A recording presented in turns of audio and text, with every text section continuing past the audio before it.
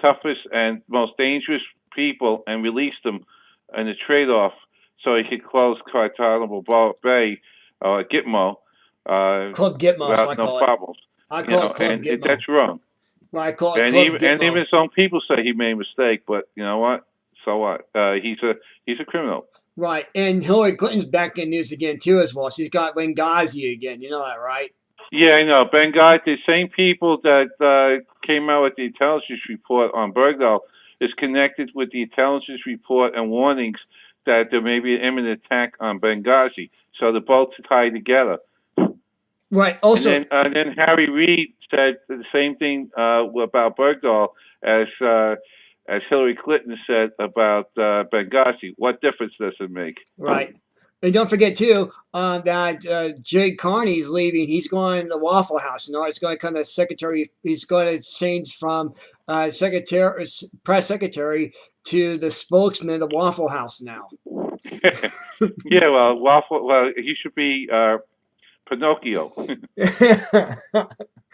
Yeah. So anyway, But the thing is, it's Jay Carney. Really, his position was basically to protect the president in the press conference. That's what he's there for. right. But he lies through his teeth, and I Right. think it eventually got to him, and that's one of the reasons why he resigned. I'm sure it did because you know you cannot hide the facts, and you cannot deny the facts either. When things happen, you know, you cannot hide it. You know, things are going to come out, and it doesn't matter what how much cover you want to cover up, how much dirt you want to cover up. It'll come out anyway. Whatever you do, it'll come out anyway. So lying is never good, and it comes, and you know, the truth always comes out, and it always does. I know. That's a problem. These people, the liberals don't understand that. You know, when you lie to the press, or when you do an act of terrorism, which Benghazi was, it's going to come out because you lied about it, and guess what? It actually came true. So there you go. And now you got the one of the five that came out today in an interview that he's going to come back. He's going to start fighting for the Taliban again and planning attacks. There you go. So there you go. Yeah, you see, there's nothing being. They warned us.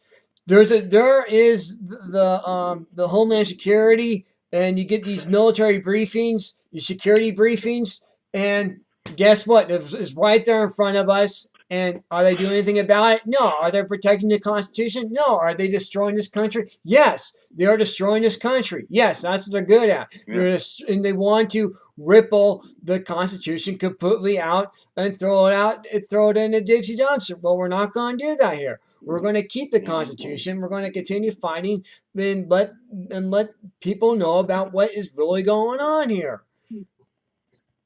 I know. And the thing is, hopefully the people in this country are smart enough that this November will vote out all the Democrats to start putting people like Ted Cruz in, or even Marco Rubio these days, and others to get in there.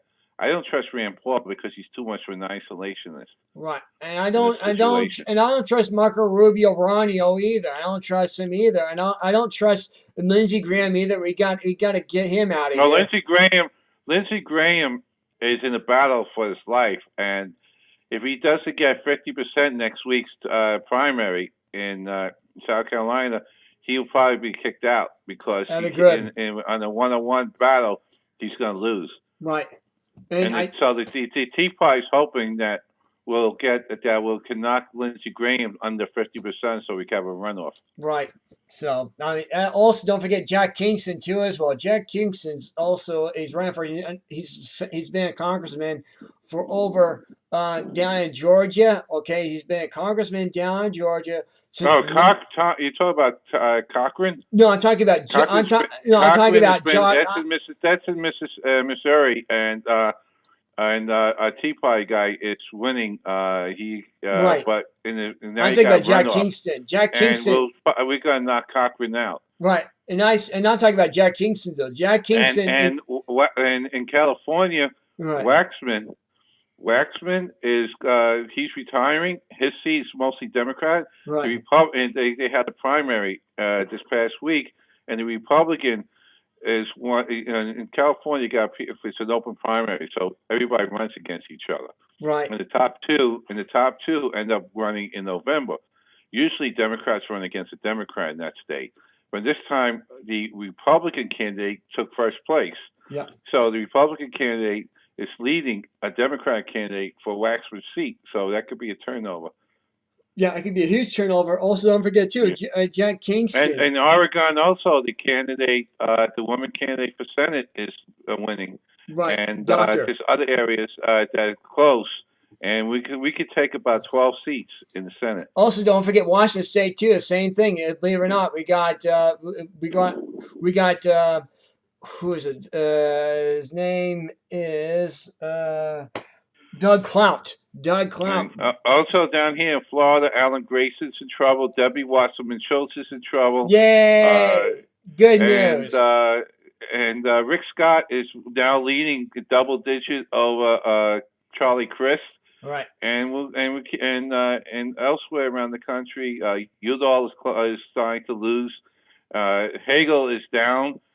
So we're actually winning pretty good across the board, and all these dumb steps and anti-American steps by Obama is supported by some of the Democrats are going to kill him. Plus, you're getting into a position where we're now in the months where you got to start getting renewal notices for Obamacare for your health insurance for next year, and you're going to see the premiums double and triple, and you're going to have a lot of those stuff coming in. Plus, you're going to get the notice cancellation notice start coming in now a couple months for those employee health care coverages. Right. So that's where it's at. I know, that's huge.